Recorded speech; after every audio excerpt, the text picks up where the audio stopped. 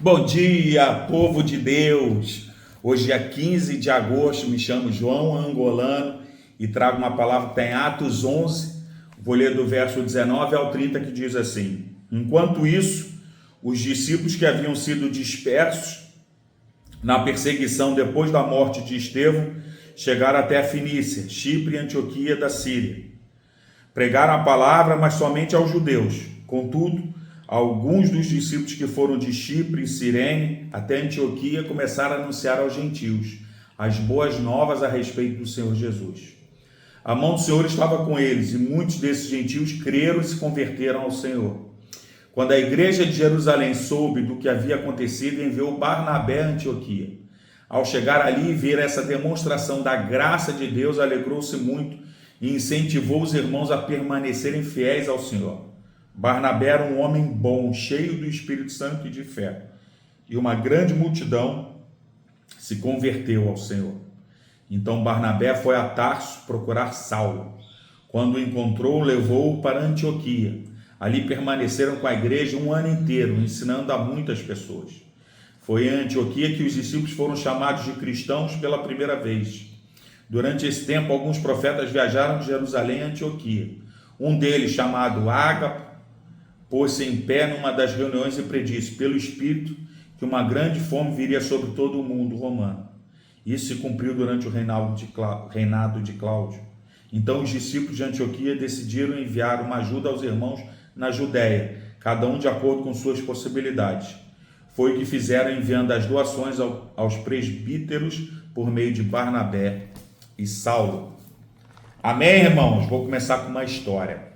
Em 5 de fevereiro de 2023, Christian Atsu fez o gol vencedor para seu time num jogo de futebol na Turquia. Jogador internacionalmente famoso, ele aprendeu a jogar desde criança correndo descalço em seu país natal, Gana. Atsu declarou abertamente: entregar-me a Jesus foi a melhor escolha da minha vida.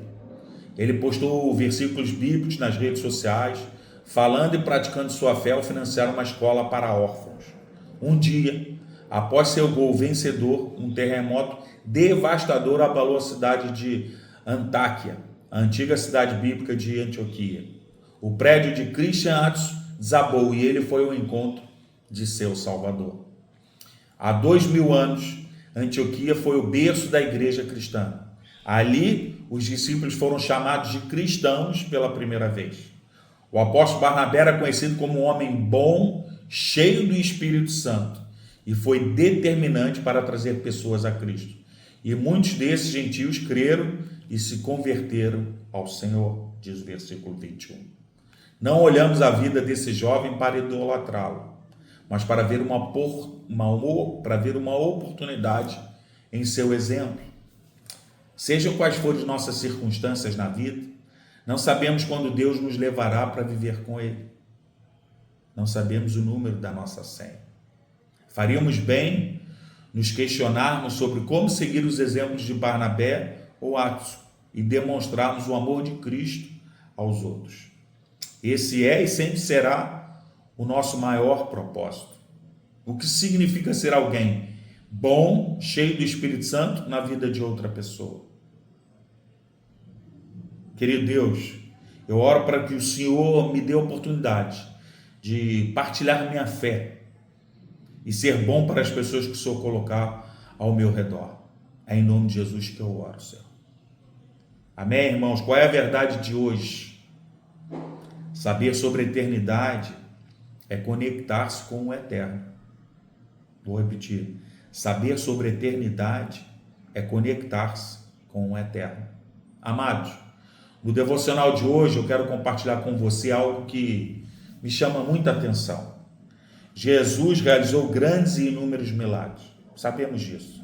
Mas especificamente no Evangelho, escrito por João, há o registro de alguns milagres com a finalidade de que creiamos em Cristo, o Filho de Deus.